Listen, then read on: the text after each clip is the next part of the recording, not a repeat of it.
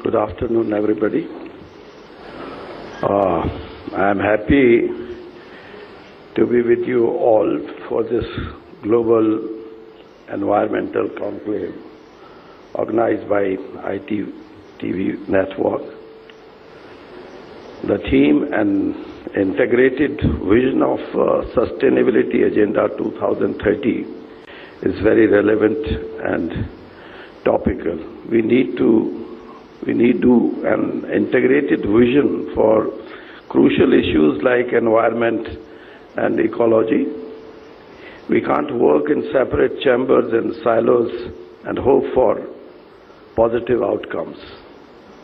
Our government is very much aware of the ground realities and is continually working as a team under the leadership of our Prime Minister, Shri Narendra Modi ji, to preserve and conserve the environment for sustainable growth and development. As you are all aware, India was the host country on World Environment Day this month. In his address, Prime Minister spoke on the concept of Vasudhaiva Kutumbakam and how welfare of all humankind is an integral part of our ethos and cultural and universal brotherhood. He also mentioned Gandhiji's philosophy of trusteeship. That is, earth provides enough to satisfy everyone's need, but not enough for everybody's greed.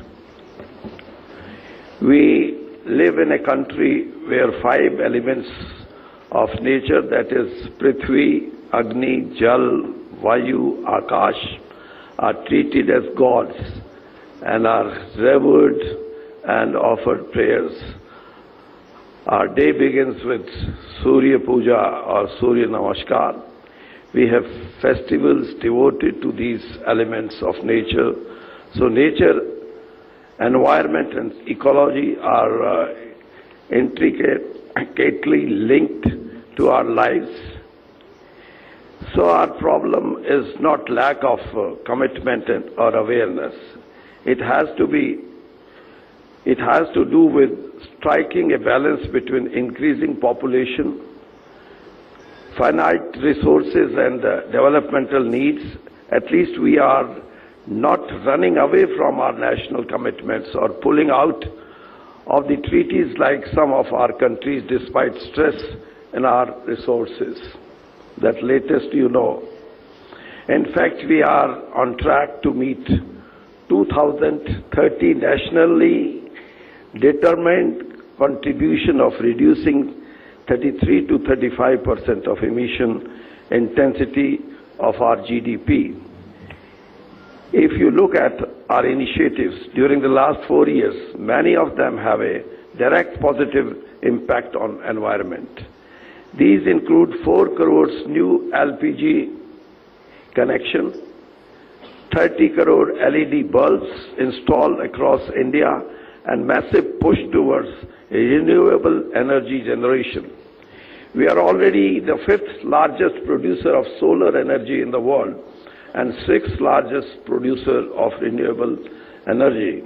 India, along with France, formed the International Solar Alliance, and earlier this year, the founding conference of the alliance was held in Delhi.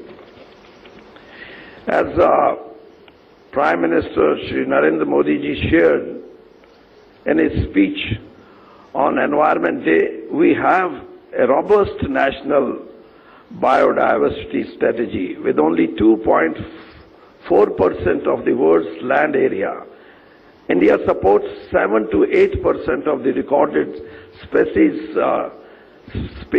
diversity. At the same time, it has also increased by 1% in the last 2 years.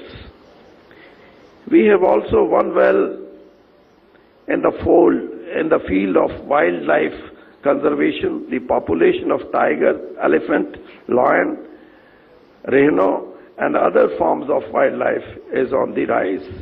Now let me share few initiatives we have taken in the Ministry of Steel to contribute to sustainable development.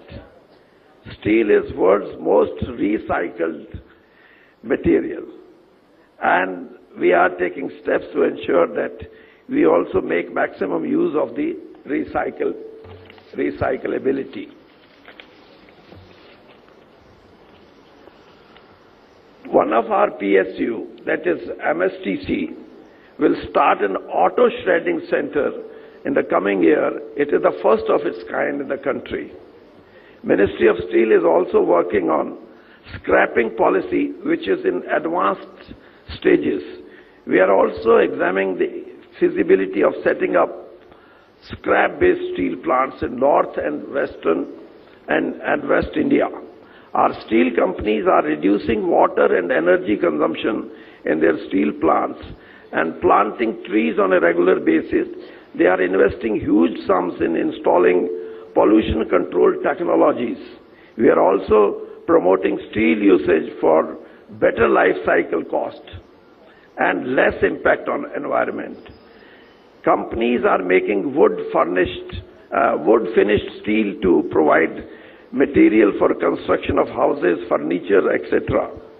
In this direction, we have focused on increasing the per capita steel consumption from around 68 kg now to 160 by 2030. When you talk of 2030, the national steel policy has come out with this, that of course today the world per capita consumption is 208 per kg, and as compared to that we are only 68. But the efforts which we wanted to take it to 160 kg per capita. We have taken several initiatives to enhance steel usage in various sectors, like steel toilets, prototype developed by one of our PSU, that is Instack, steel huts and houses, steel crash barriers. I must mention that in the hill states, I received the latest figures about Himachal Pradesh. There, the accident on hill roads, the fatal rate where accidents take lives, that is 62%. That is the highest. So we have come out with steel crash barriers, and also the food grain silos, construction of road and rail bridges, recommending steel-intensive construction in Pradhan Mantri Awas Yojana, where we are to construct 3 crore houses by 2022. And you know, the latest Pradhan Mantri Awas Yojana, where Indira Gandhi Awas Yojana was replaced by Pradhan Mantri Awas Yojana. It used to give 70,000 to the beneficiary. Now this amount has been increased from 70,000 to 140,000. And other components put together of toilet under Swachh Bharat Mission, and to have a place for putting gas, the amount goes up to 1,60,000. And also, if somebody wants to have it in a better way, then we have made arrangement for 70,000 rupees with the banks, but that is to be refunded, and the rest of the amount, that is 160,000, that is for the beneficiary. So that way, when I talk of steel huts and houses, we have developed this house facility for this section of the society, where we will have 1,95,00,000 houses, and the facility available is if somebody wants after 5 years, 7 years or 10 years to do away with that house and says that now I will have a separate house, that material of steel, he can fetch 50 to 60% of the cost which was in the process of making that house maybe after 7 years or after 8 years. Ministry of Steel worked towards making life cycle cost as part of GFR, and it was accomplished. This would mean more usage of steel in different projects. That means roughly when we talk of any bridge, we are to, this is what Mr. Gadkari has mentioned in one of the speeches, that India, about 1,500 bridges, either the new or the bridges which are old one to be replaced. We have asked the Transport Ministry that we are ready to give you steel bridges, and if life cycle cost, which has been now made part of the GFR, that means if the steel bridge cost is 15 to 20% more than the cost which can be of any concrete bridge, then the life cycle is more than the double. It ranges between 50 to 60, 65 years if the bridge is made of concrete.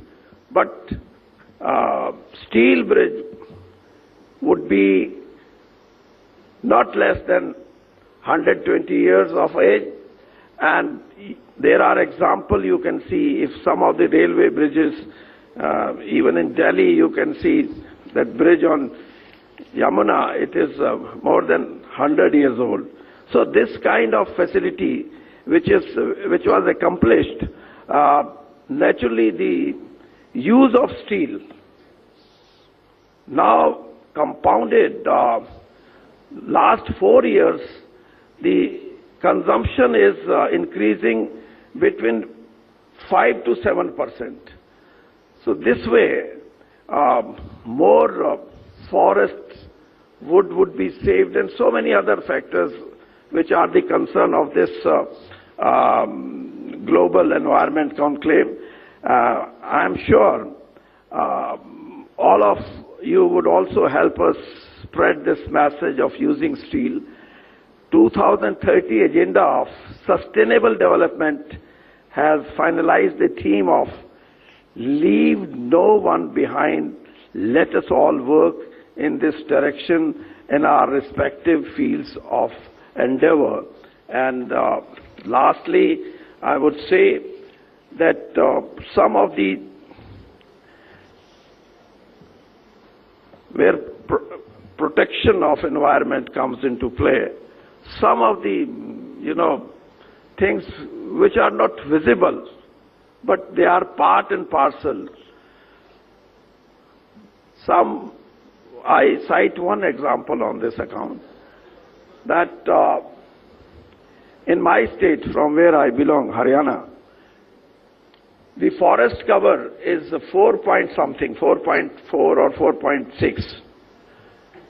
And what environmentalist says that there should not be, anything which reduces the forest cover in especially in the foothills of a state. But when it comes to agroforestry, this plantation of poplar and eucalyptus, it gives 6% increase to forest cover. But some of the, environmentalists, they say that this is not the forest cover. Then what is the forest cover? Forest cover doesn't mean that it should be only on the hills or the foothills or not on the field. So these are the areas where we could find that the solution is not ultimately what is being looked at. There are so many other factors which lead to protection of environment, and this kind of discussion and this kind of conclave is very important, and where we are to cater the need of 18% of the world population. That is one factor where you are to be, to be sensitive to this extent, that how to deal with such a situation where there are two type of. About 30 years back, I attended one of the conference in Moscow. That time, the topic was World Economic Order. That was the topic. So ultimately, the issue raised in that meeting, when one can talk of World Economic Order, why not World Population Order? So these are the things which one can see and look at that angle, where we can be more effective in protecting some of the areas where we feel that the areas are going in a situation where they may not be able to come up. So I hope that this kind of situation would give you more food for thought to tackle this situation, and I hope what my ministry is, we are in a way zero waste. The general impression of the steel ministry must be that it is the most polluting industry, but it is not. If you see, in most of the integrated steel plants, there is total zero waste. Even the gases are not being spared. From gases we make, we generate power. So anything which comes from your outcome of this conclave, we would certainly like to follow that also. Thank you very much. Thank you, sir, for your speech. I would now hand over the session to our senior executive. I don't know anything about this event. Right, Union Minister Birender Singh there addressing the NewsX Global Environment Conclave there, talking about the steps that all of us can take. Development and environment. You've told us a lot about what you've been doing, whether it's planting trees or, becoming more, recycling waste. But at the end of the day, I remember in UPA 1, UPA 2, a lot of projects got stalled because of the Environment Ministry. Are you also having the same hassle? Do you have a Jairam Ramesh type figure in your ministry, or your minister is a little more amenable? That is why if you see some of the points which I raised, that we should think out of box. It's not only government, or it is not only those who are protecting environment.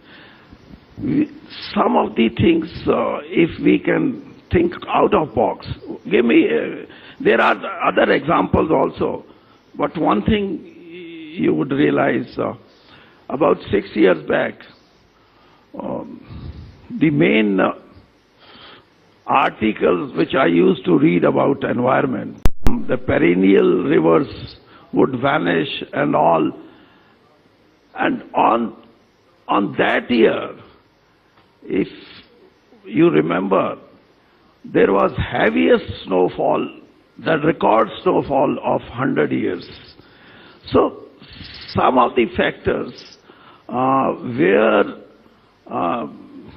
government is not giving any attention or some other things are not being giving results, but nature is also very helpful, and our efforts are, the question which you raised, our efforts means if you start with Swachh Bharat, that is indirectly a great effort on the part of protecting the environment. And how the environment is protected through that, you will realize that the steps which are needed on a macro level, those are important. Micro level steps, of course, they are also very important. But macro level efforts are very important. And how about your Ministry of Environment? A lot of your projects get held up. What is the equation relationship between your ministry and the Ministry of Environment? The Environment Ministry ki clearances, do they stall your projects? I read about a ispat plant in Andhra which wanted expansion. Environment Ministry ne diya nahi. So do you have a lot of problems? Is there a lot of red tape involved? How does it work between your ministry and their ministry? Problems are there, and 2030, that is where I think the threat, the imminent threat, of course it is there. But what I have mentioned, that there is, in such a situation where this is the area of concern, we are in a position to increase 1% of our forest cover area, and also to see that some of the protected species, animals and all that, there India has shown, and especially in these 4 years, some of the areas where the protection was needed in a more better way, we were able to keep that thing, and also the results are coming up. Okay. But, if you will talk of other areas like cleaning of Ganga and all that, these are the issues where we will have to find out some ways. Now, for instance, aajkal there's a conversation going on. You also, I want to tell the audience, you've been a legislator from Haryana, I think since 1972. So a little bit about your role as an MP and also from Haryana. There've been a lot of, every year we have this allegation कि Haryana से stubble burning हो रही है, crop burning हो रही है, pollution आ रही है Delhi में. Issues like this, how do you handle? Or do you think there's anything viable in this argument? Stop burning is a fashion to talk to. Maybe in media or maybe somewhere. It is only 10-15 days affair when stop burning is there. But after that, the pollution level remains the same, rather it increases. So, somebody talks that it comes from the field of Punjab and Haryana, and then it reaches Delhi. Delhi is not the destination. Destination of pollution that starts from Delhi and that reaches Delhi. Haryana is not to blame. No, I am not talking Haryana. Being a farmer, I know. This is maybe there may be some impact, but not to that extent that you hold stub burning is only responsible for such kind of temperature or such kind of pollution level. That is not there. So the knee-jerk response is to blame Haryana, you're saying. There's also, there's a controversy about some trees being, about 14,000 trees have been felled in Delhi to bring up government colonies and all that. I mean, there's a huge face-off between the government and a lot of activists कि trees को गिरा के colonies आ रही हैं. Is kind of a debate में, is there some larger picture way out? Actually, those activists should also visit remote part of our country. They should work there, use their energy and their commitment to environment in these areas. You know, where land is, degraded land is there. India, 12% of the total land mass is under habitation, and that too include industry and all. And 38% of the area is under cultivation. The rest of the 50% or 47% area, that is to be looked after by such organization. There is a scope. And I've seen, and our scientists have proved, that teak wood, which takes 60 to 70 years to get matured, if there is a, full campaign on that, those areas can be more greener than what they are to protect here. But still, I would say this is one aspect of environment to be protected. There are so many other things also. There is also another, we are seeing that in Bombay there is a, campaign that has started to ban plastic. Delhi mein the ban has already been in place, but it is not being effectively implemented. Now, one of these new age cities, Gurgaon, comes under your watch, Haryana ke. So can we have some, measures that can be taken? Yeah, you should have maybe make plastic bags more expensive. Just simple ways to just improve our environment. Simple steps. Some of the things, when it takes off, it may click within seconds. Let me explain like this. In 60s, when there was food crisis in our country, the then Prime Minister Lal Bahadur Shastri ji, he made a point that we are short of our food grains, and better to miss one-time meals. And the entire country picked it up, and they followed it for years together. So this, you are very much right that this plastic waste is most horrible thing. I am not an environmentalist, but one thing I know, that if the entire plastic is used for road making, which we are trying to have, then this menace can be go without any putting up any efforts on their part. And using, paper bag or replacing jute plastic, these are the things which you can find from very good showrooms and all that. But if it comes to an ordinary shopkeeper, you would see the same kind is not repeated there. They are using the same thing. So what is the way out? Either we give, people concessions to use plastic, use jute bags or use paper bags. Is that way out is very simple. When you can teach people that LED, why it is important. Yes. Now you can see the results. So you are to make them understand that why not to use other things rather than to use this kind of plastic. Then it is a matter which requires lot of hammering, and that hammering too in the areas where it is being used in a greater way, or it is a practice with the users. So this kind of, what I mean is, or there should be a complete ban, then forget about any manufacturing unit which takes place in the country. I have seen some of the chemicals which are internationally banned.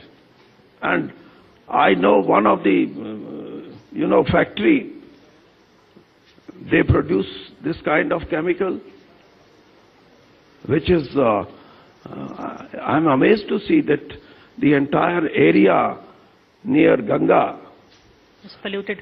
About 40 villages, I went to that place. They were in great crisis. The agriculture is finished there. So, there are so many methods to do it. Well, a beginning has been made with Swachh Bharat, but thank you so much for taking time out and sharing with us, and thank you so much for coming here. Thank you all. Well, I think that's about a wrap for today. Thank you all. Sir, I would request you to stay on and present mementos to individuals and organizations that have done exemplary work in their fields to build a sustainable future.